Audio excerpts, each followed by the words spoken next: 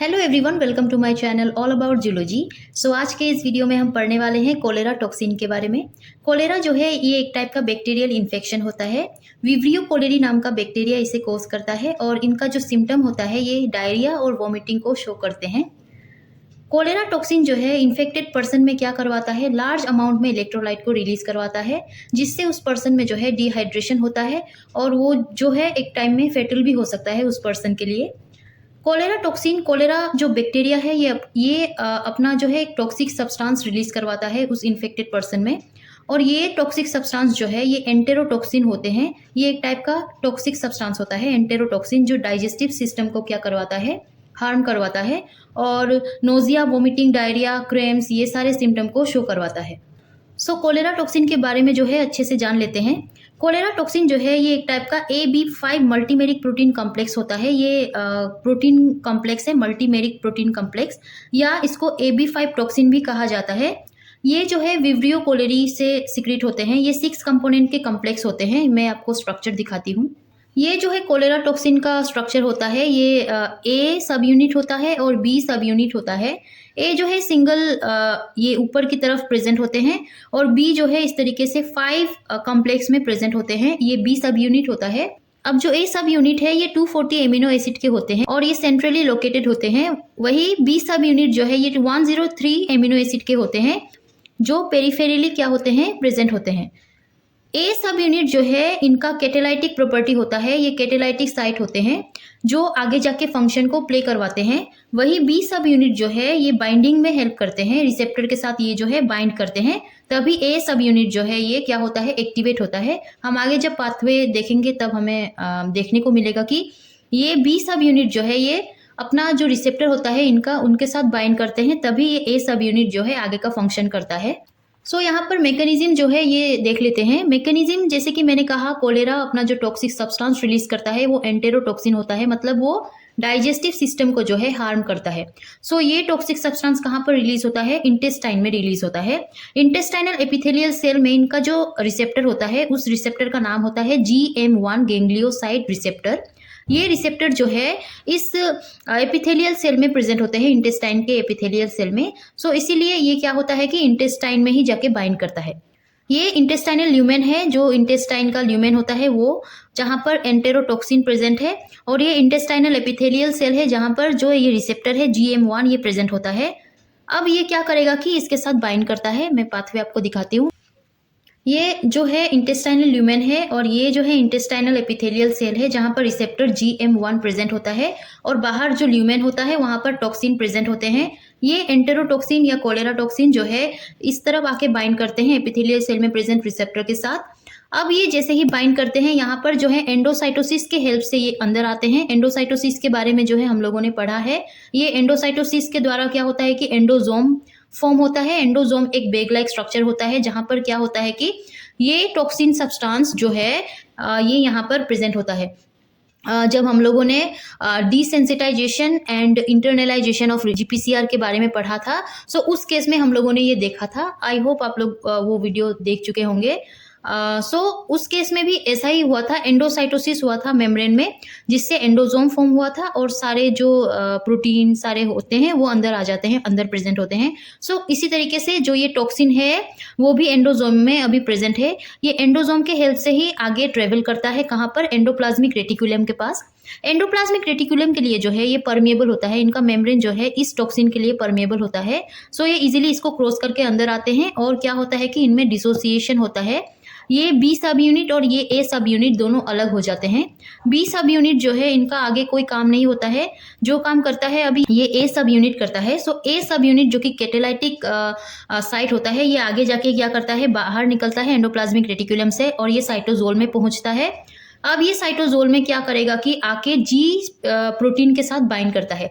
GPCR के बारे में हम लोगों ने पढ़ा है, वो भी प्लाज्मा मेम्ब्रेन में ही प्रेजेंट होता है। सो यहाँ पर जो है ये मैंने यहाँ पर दिखाया है, ये मेम्ब्रेन में प्रेजेंट होगा।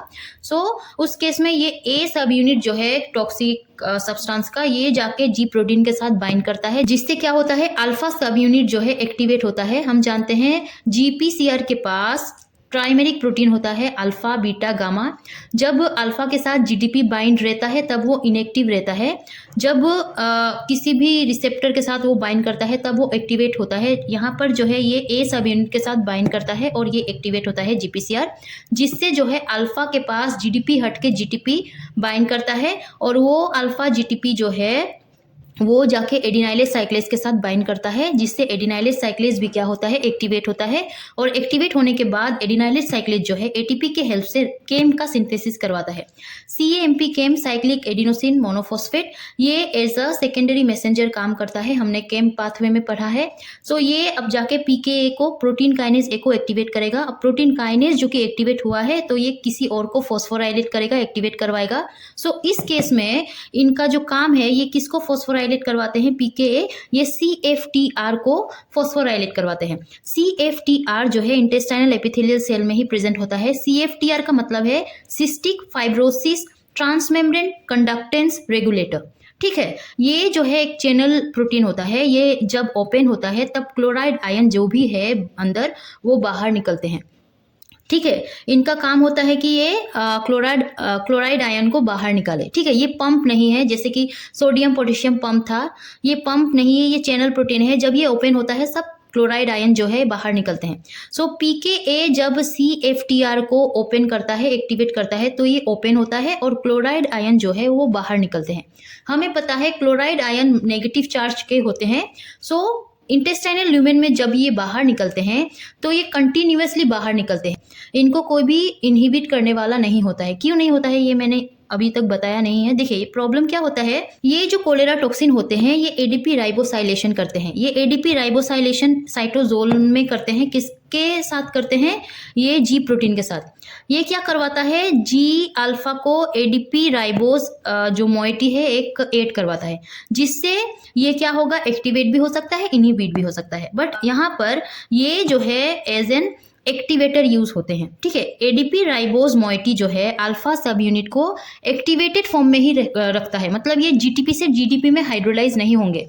ठीक है, ये नहीं हो सकते। नॉर्मल मैकेनिज्म में क्या होता था, जीडीपी से जीडीपी बनता था, जीडीपी से जीटीपी, इस तरीके से हाइड्रोलाइज हो सकता था। बट अभी के केस में क्या होगा कि ये टॉक्सिक सब्सटेंस जो है इसको एक्टिवेटेड मोड में ही रखेंगे, कंटिन्यूअसली एक्टिवेटेड ही रहेगा, जिससे ये एडिनाइलेट साइक्लेज को भी एक्टिवेटेड रखेगा, जिससे केम का सिंथेसिस कंटिन्यूअसली जो है होता रहेगा।